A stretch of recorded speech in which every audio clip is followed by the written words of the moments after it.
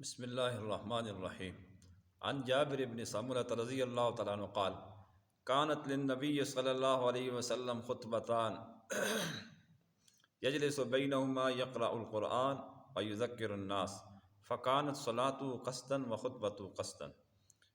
رواہ مسلم۔ حضرت جابر بن سمرہ رضی اللہ تعالیٰ عنہ فرماتے ہیں کہ نبی کریم صلی اللہ علیہ وسلم جمعہ کے دن 2 خطبے دیا کرتے تھے اور دونوں خطبوں کے درمیان تھوڑی دیر کے لیے بیٹھا کرتے تھے،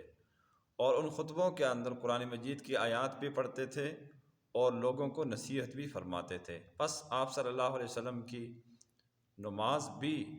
معتدل ہوتی تھی، درمیانی ہوتی تھی، اور اسی طرح آپ صلی اللہ علیہ وسلم کے خطبے بھی درمیانے ہوا کرتے تھے۔ مسلم شریف کی یہ روایت ہے۔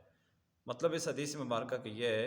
کہ نبی کریم صلی اللہ علیہ وسلم کا معمول یہ تھا کہ آپ صلی اللہ علیہ وسلم کی جمعہ کی نماز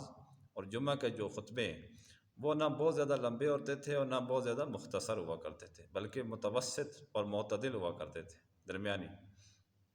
لہٰذا اس چیز کے اوپر ہم سب کو بھی عمل کرنا چاہیے۔ اب خطبے تو کسی جگہ بہت لمبے ہوتے ہیں اور کسی جگہ بہت مختصر ہوتے ہیں، لیکن اس میں یہ یاد رکھنا چاہیے کہ گرمیوں میں خاص طور پر بعض جگہ پر جمعے کو کسی عذر کی وجہ سے جہاں کوئی جلسہ جلوس وغیرہ ہوتا ہے تو بہت زیادہ لیٹ کیا جاتا ہے،